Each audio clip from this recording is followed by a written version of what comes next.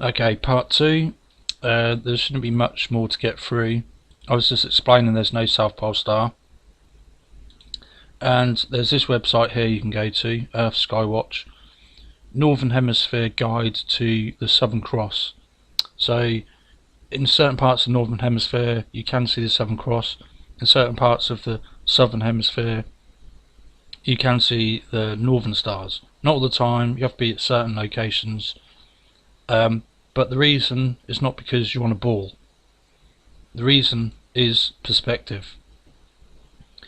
I'll just give you a quick explanation. You have your horizon, your vanishing point. Look at these telegraph poles or electricity cables, pylons, I think. Look at the size, how it diminishes the further into the distance they get. They're not disappearing over a curve, okay? But look at the angle, look at that. You get the same with stars, okay? You've got your horizon, yeah, your convergence point, your vanishing point that you cannot see past. Look at the angle. The same happens with planes. Yeah, everything looks like it's going into the horizon line. So the same happens with stars. Yeah, you're not going to see the whole sky but that does not prove you're on a ball. Okay, it just proves wherever you are, you're only going to see the stars where you are, and look at the angle. The stars are going to just disappear beyond your line of sight. That's it. Okay. Okay. So how did we get here? How have we got to this point? Because this goes way, way, way, way back.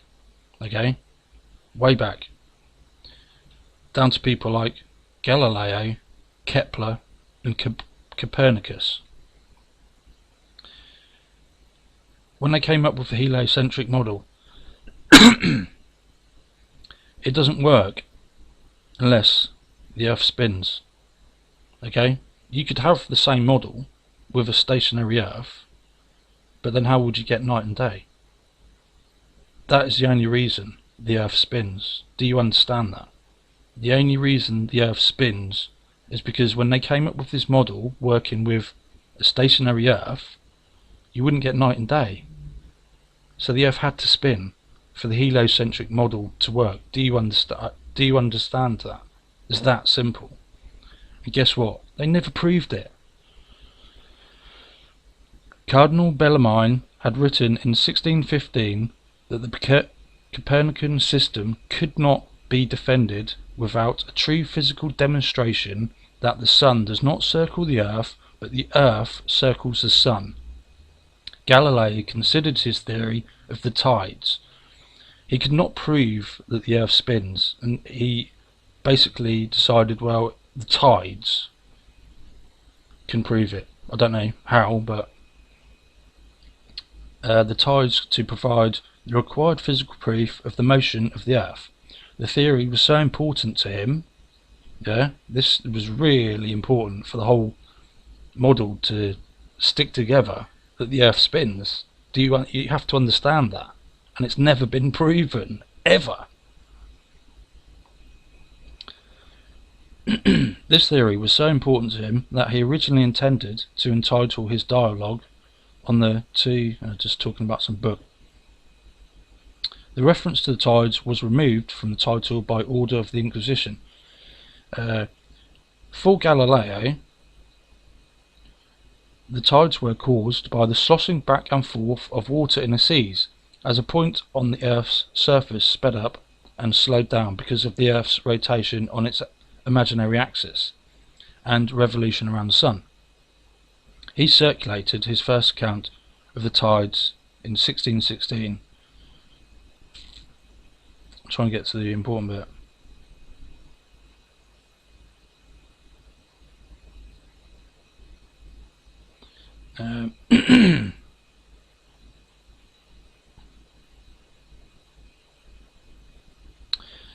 If this theory were correct, there would be only one high tide per day. Galileo and his contemporaries were aware of this inadequacy because there are 2 daily high tides at Venice instead of 1, about 12 hours apart. Galileo dismissed this anomaly as a result of several secondary causes, including the shape of the sea, its depth, and other factors. That's all you need to know. It doesn't fit the theory. It gets dismissed. That's it. It's just an anomaly. Just an anomaly. Okay? I've got a few more articles to go through here. I think come up. This is some kind of astrological cult theory. They tell you all these things happen, phases of Venus, the eclipses of the moons of Jupiter, but you won't find any real proper images, and these are all used to support this heliocentric model. It's never been proven that the Earth spins. What you've got is theory, okay, scientism that you cannot argue with, okay, superseding real scientific experiments like the Michelson and Morley. Michelson and Morley and many other experiments showed the Earth does not move. Real experiments. But they've just been brushed under the carpet, and this theory, which is based on nothing but theory, is what we have today. Just like gravity, you can find all the videos on my channel showing that gravity is nonsense. It's never been proven. There's only one experiment, the Cavendish experiment, which they cannot replicate. It was done in the 18th century, but they can't replicate it today because it's bogus. It doesn't exist. It's just nonsense. Okay, 2 objects of mass being attracted to each other is gravity. So when somebody goes, "Oh, you don't believe in gravity," and they just drop a pen, yeah, they just go like this. That's gravity. No. That is not proof of 2 objects attracting to each other by gravity. It's never been proven. There's no experiment, and the Cavendish experiment is nonsense. Just like Einstein's special relativity. But I don't want to get into all that. You can find those videos on my channel. You've never seen any of these things that they use to defend the heliocentric model. You just get this, CGI pictures and images. There's no real videos of eclipses of the moons of Jupiter. You've never seen any of these so-called planets. That's what this is based on.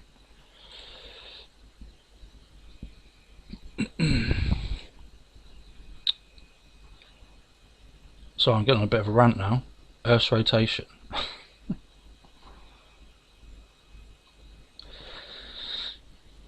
The Earth's rotation implies that the equator bulges and the poles are flattened. Newton predicted this flattening would occur, and so it's all theory and predictions. That's another thing. Before they'd even mapped out the world, they'd already decided, well, it's a perfect sphere because that's the perfect shape. They theorized that there must be a south pole. Yeah, before they'd even explored anywhere. Well, there must be a bottom. We're on a sphere. Well, does that mean there is one? Or does it mean they've just made one up? Okay, it was a theory. Hypothesized. Predicted flattening would occur in the ratio of blah blah blah, and pointed to some pendulum measurements by somebody. But initial measurements of meridian lengths by Picard and Cassini at the end of the 17th century suggested the opposite. See? But they just dismiss any other evidence or anything that contradicts this theory, system that we have is just ignored. And so you have theory, scientism, hypotheses, which has made up our reality. When you look into it, that's all it is, all of it. And it's complete. There's no evidence to back any of it up. They just give you a story, like one day a man was sitting under a tree and an apple fell on his head, and he decided that must be gravity. There must be some amazing force that prevented that apple from floating up into space, but instead pulled it down to the earth. If you weren't told that story was not implanted into your brain, when you were out in the fields and you saw an apple fall from a tree, would you ever come to the conclusion that there must be some force that pulled the apple down to the ground and prevented it from floating up? No, you wouldn't. It's just a story repeated over and over and over and over again into your brain. That's all it is. There's no evidence that story is even true. Gravity's never been proven.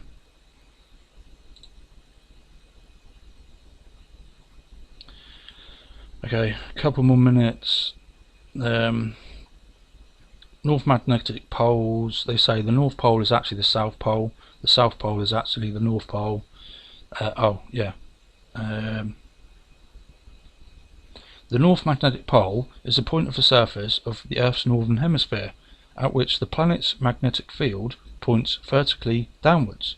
In other words, if a magnetic compass needle is allowed to rotate about a horizontal axis, it will point straight down. What do? We stand here on a flat plane, we hold a compass flat, and it points that direction. Has anybody tried doing? No, it's nonsense. There is only one location where this occurs near, but distinct from, the geographic North Pole and magnetic North Pole, which they can't find because the poles shift all over the place.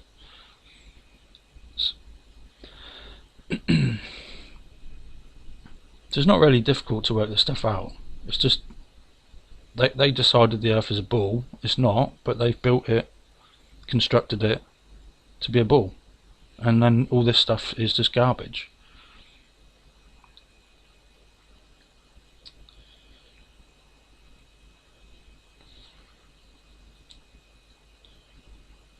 I don't think there's much else for me to say.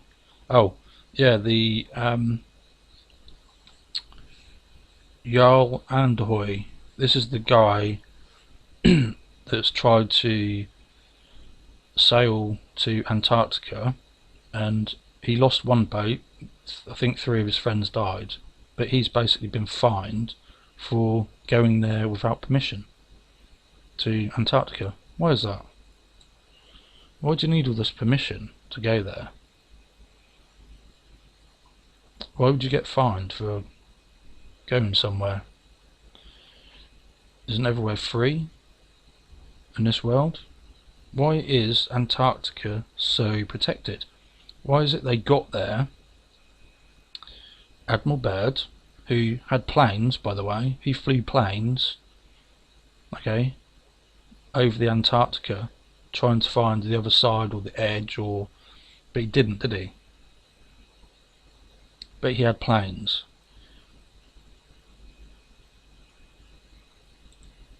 So I don't know what else I can add to it, really. Just there's no evidence that we live on a sphere. You've never seen it. Nothing they say can be proven, and when you really dig into stuff and research, which just doesn't take long, you find out it's just a story that's been repeated over and over and over again to reinforce their world, and it's just, there's no proof for it. There's none. It's flat. I'm convinced it's flat. That's it.